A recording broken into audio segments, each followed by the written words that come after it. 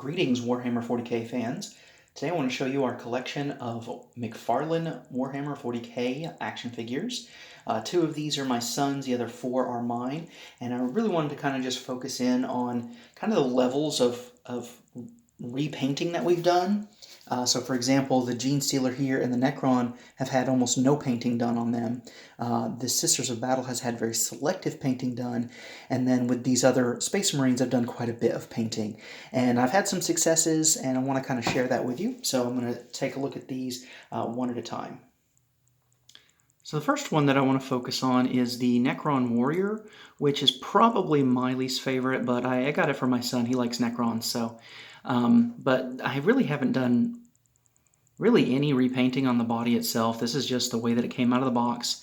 The gun, however, I did do a little bit of dry brushing on the black of the gun, just because it's, it was just a straight flat black, so I wanted to give that a little bit more spice.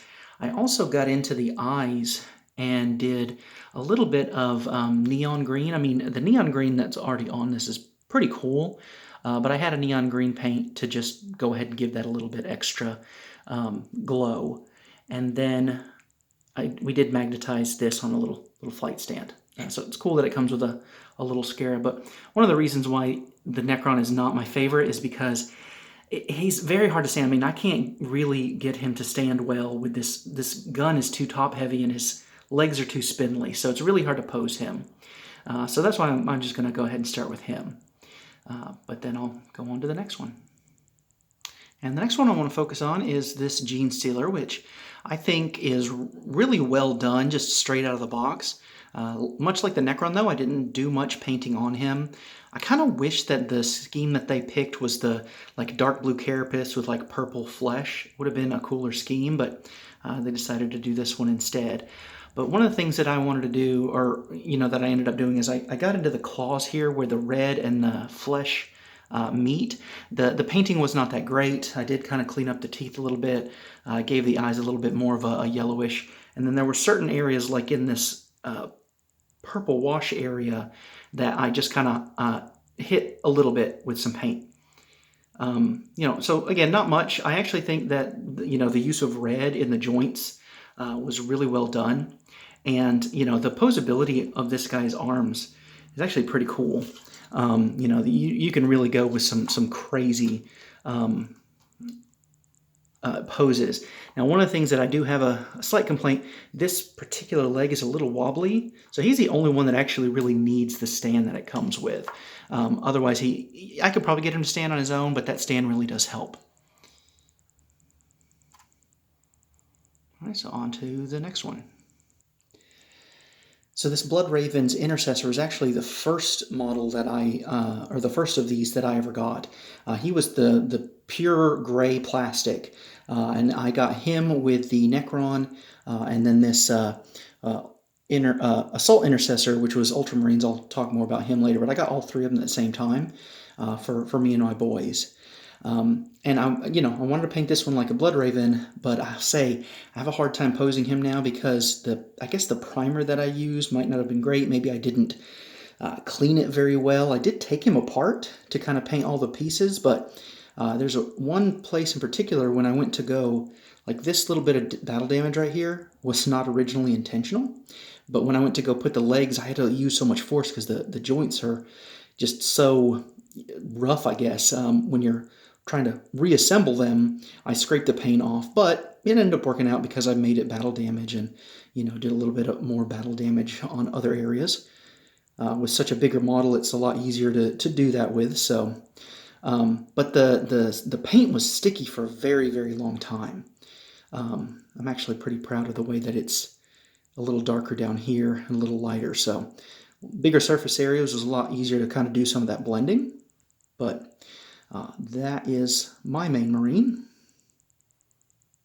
And the next one that I did for myself was this Alpha Legionnaire. And I tried to do something different. Instead of getting one of the unpainted models and just doing a full, reprime and that and whatnot, I thought what would be good is to get the Black Legion version. So this was originally Black Legion. So the little leg joints in here, I didn't have to paint. Those were black.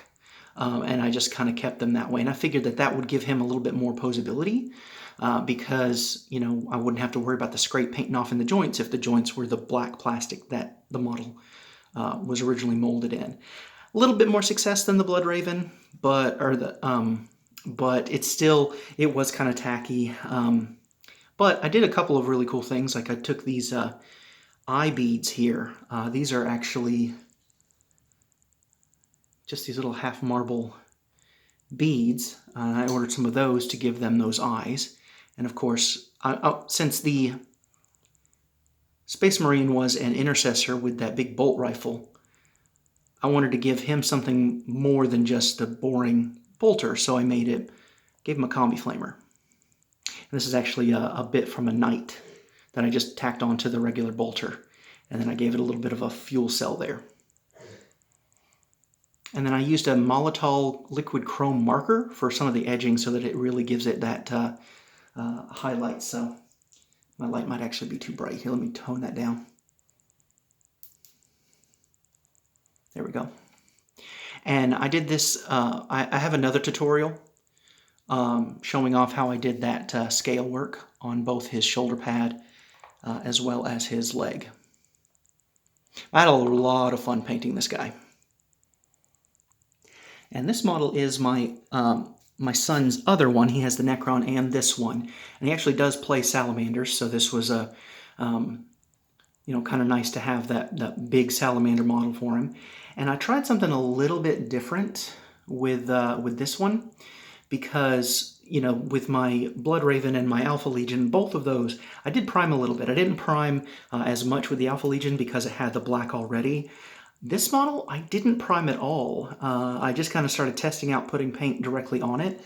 And this was the Ultramarine, so you can still see that he's got the blue plastic underneath. You kind of still see a little bit of it right there. I just kind of left that as is, which for green does kind of look like a natural shading, as it were.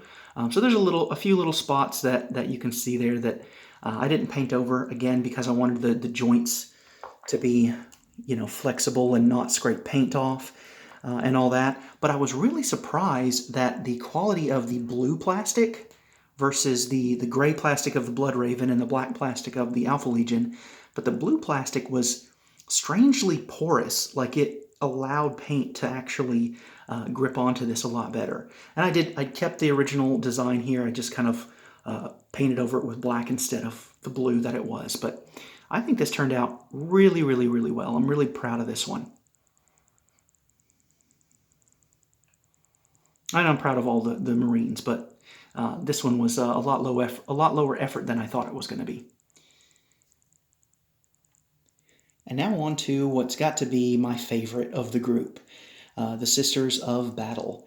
And there's a couple reasons why she's my favorite. First of all, I do have some 3D printed parts on her. So normally the Sister of Battle just comes with this helmet, which I did put on the base.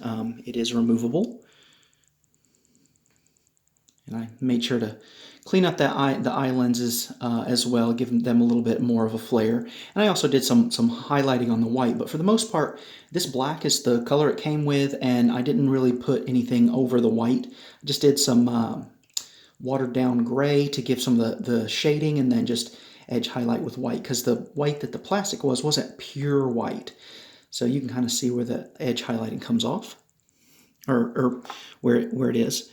But I got a 3D printed head from eBay, which I'm really proud of the way that came out. I'll get a close-up of that in a minute, but one of the things that I wanted to do with this, I wanted to kind of combine several of the techniques. So like the Genestealer and the Necron, I really didn't do any painting on at all. The Space Marines, I did a little bit more painting, but you know, I tried to use the color that the model came with.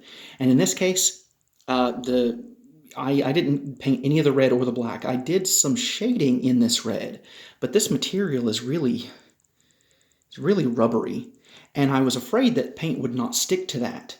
But the Alpha Legion, actually, he's got a similar tabard, and when I put paint on that, it surprisingly stayed on. And all of these pouches and the grenade and everything, those are in that kind of rubbery plastic as well, and paint went on those really easily. I was really glad about that. But all of the black is the way the model came because, again, I want to be able to pose it and not worry about paint scraping off. And then I did go over that with that chrome marker on a lot of the little details to give her a little bit extra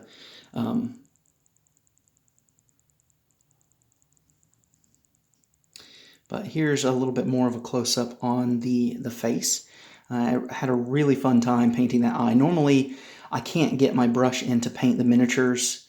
You know, I know the techniques that it requires to paint an eye, but for some reason, even with my smallest brush, I really have a hard time doing like the pupil and the highlight of the iris at the bottom and the little dot highlight at the top. So this was really a joy to paint. But that is our collection of Mcfarlane Warhammer figures, and I hope you guys enjoy.